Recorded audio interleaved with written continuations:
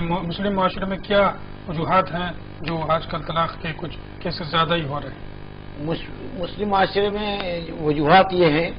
کہ آج کل عام طور پر پسند کی شادی کی جا رہی ہے، تو جب پسند کی شادی کی جاتی ہے، خواہ مسلم ہو غیر مسلم ہو کوئی بھی ہو، تو زیادہ توقعات وابستہ ہو جاتے ہیں، اور جب عملی زندگی میں آتے ہیں تو وہ توقعات پر دونوں بھی پورے نہیں اترتے، اور اس طریقے سے اور آج کل یہ ہو گیا ہے کہ دوسرے کیسے ہیں آپ کمپیئر کرتے ہیں دوسروں سے، تمام چیزوں میں کمپیئر کیا جاتا ہے،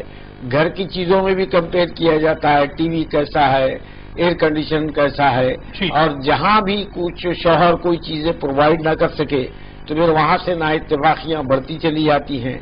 تو لہذا اس دور پہ ہم کو سب سے پہلے قناعت یعنی کنٹینمنٹ کو جو ہے لینا چاہیے، اور دوسری چیز جو ہے یہ جو جہیز کی مانگ ہے، یہ بعض غلط کیسز بھی ہوتے ہیں لیکن اکثر و بیشتر مور دین 75% صحیح بھی ہوتے ہیں کہ جہیز کی مانگ کی جاتی ہے اور اس کے بعد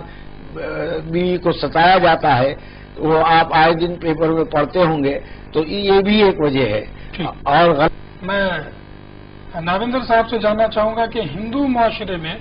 آج کل جو طلاق کے معاملات ہیں اس کے کیا وجوہات ہیں؟ اس کے کئی کارن بتائے جا سکتے ہیں، اور خاص طور پر دیکھا جائے تو ہائر ایجوکیشن دونوں کی اتنی اونچی پڑھائی ہوتے جا رہی ہے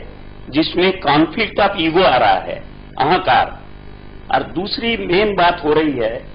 کہ لڑکیاں بھی کمانا شروع کیے ہیں،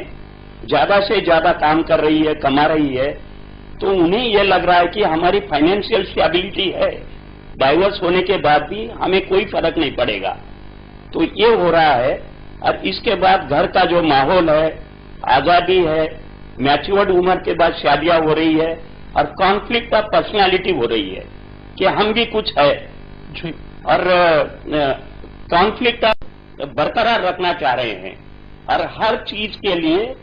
آرگیومنٹ ہو رہا ہے، بحث ہو رہی ہے، اور کوئی چیز ماننے کو تیار نہیں ہے۔ تو جب تک میچورٹی اور سمجھ نہیں آتی یہ چیزیں بڑھتے ہی رہے گی۔